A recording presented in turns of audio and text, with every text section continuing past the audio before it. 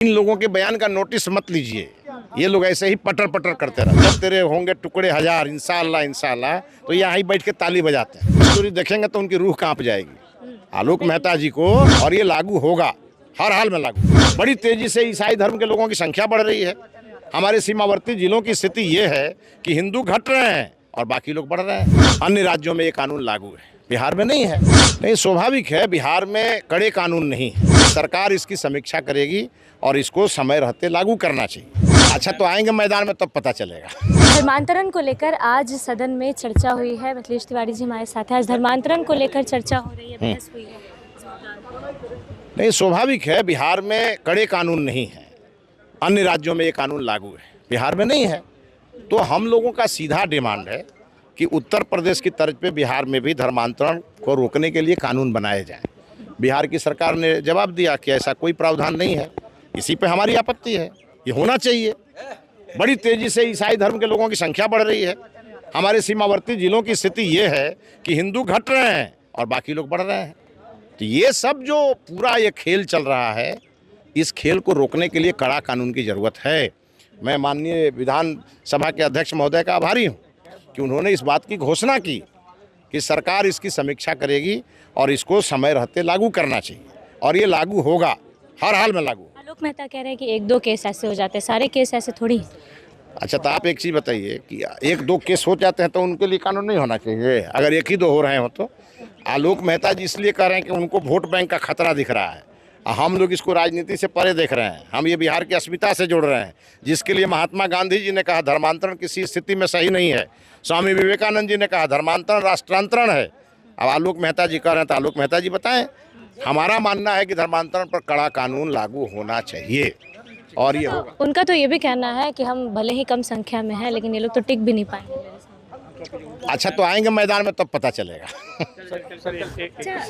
मांस मछली खुले में बिकने को लेकर भी पूरा विवाद चल रहा है। काहे खुले में बिकना चाहिए? खाने पीने की सामान सुरक्षित होना चाहिए। जिसको खाना है वो खाए, उसका प्रदर्शन क्या जरूरत है भाई?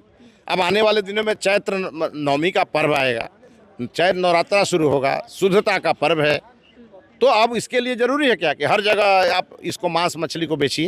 ये तो सरकार का अच्छा निर्णय है, इसका स्वागत होना चाहिए। बार बार सरकार पे आरोप लगा रहा है आप लोग एक समुदाय को टारगेट करे, चाहे वो धर्मांतरण की बात हो या समुदाय को टारगेट नहीं कर रहे हैं। हम अपनी पवित्रता को बनाए रखना चाहते हैं। और अगर विपक्ष को इतना ही प्रेम है मीट मछली मुर्गा से, तो अपने घर में टांग ले, बाहर में क्या दिक्कत है? एक फिल्म आ रही है केरला स्टोरी, उस पे हाईकोर्ट ने रोक लगा दी। आलोक मेहता ये कह रहे हैं कि लोग जब चुनाव नजदीक आता है तो ऐसी ऐसी फिल्में केरला स्टोरी देखेंगे तो उनकी रूह कांप जाएगी।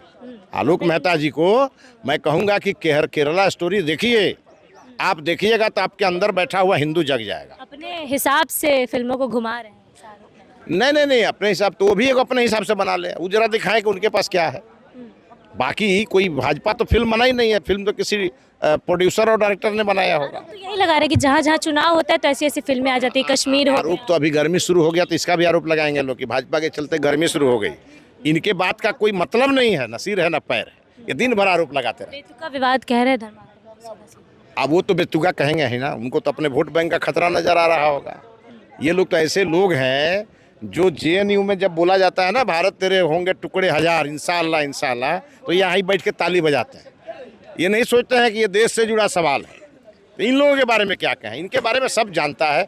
कोई आदमी इनके बयान को नोटिस भी नहीं लेता। आप लोग भी मत लीजिए नोटिस। सीधा सीधी कह रहे हैं कि कोई बयान का वैल्यू नहीं। इन लोगों के बयान का नोटिस मत लीजिए। ये लोग ऐसे ही पटर पटर करते रहते हैं। चलिए, मिथिलेश तिवारी जी हमारे साथ थे। धर्मांतरण को लेकर सदन के अंदर चर्चा हुई है, साथ साथ खुले में मांस मछली बिकने को लेकर भी लगातार विवाद छिड़ा हुआ है। अख्तरुल इमाम आज एमआईएम के जो विधायक हैं वो प्रदर्शन कर रहे थे। साफ तौर पे उन्होंने कहा कि एक समुदाय को टारगेट किया जा रहा है। ऐसा ही कुछ आलोक मेहता भी कहते नजर आ रहे थे कि धर्मांतरण को लेकर एक दो लोग ऐसा करते हैं, ऐसे में पूरे एक समुदाय को टारगेट करना ये गलत बात है। ऐसे में तमाम सवालों का मिथिलेश तिवारी ने साफ तौर पर जवाब दिया और वोट बैंक की चर्चा की। एक बार फिर से वोट बैंक ये शब्द फिर से चर्चे में आ गया और साफ तौर पे कहा कि उनका वोट बैंक खतरे में पड़ जाएगा अगर एक समुदाय को कुछ बोल देंगे तो। और केरला स्टोरी इस मूवी को लेकर भी उन्होंने चर्चा की। साफ तौर पे कहा कि ये फिल्म अगर देखेंगे तो रूह कांप जाएगी, जिसको प्रोपेगेंडा बता रहे थे राजद के विधायक। पूरे बयान को लेकर आपकी क्या राय है? अपनी राय कमेंट बॉक्स में ज़रूर दें। फिलहाल इस खबर में इतना ही। तमाम अपडेट्स के लिए बने रहिए मगी न्यूज़ के साथ। मगी न्यूज़ से संजना की रिपोर्ट।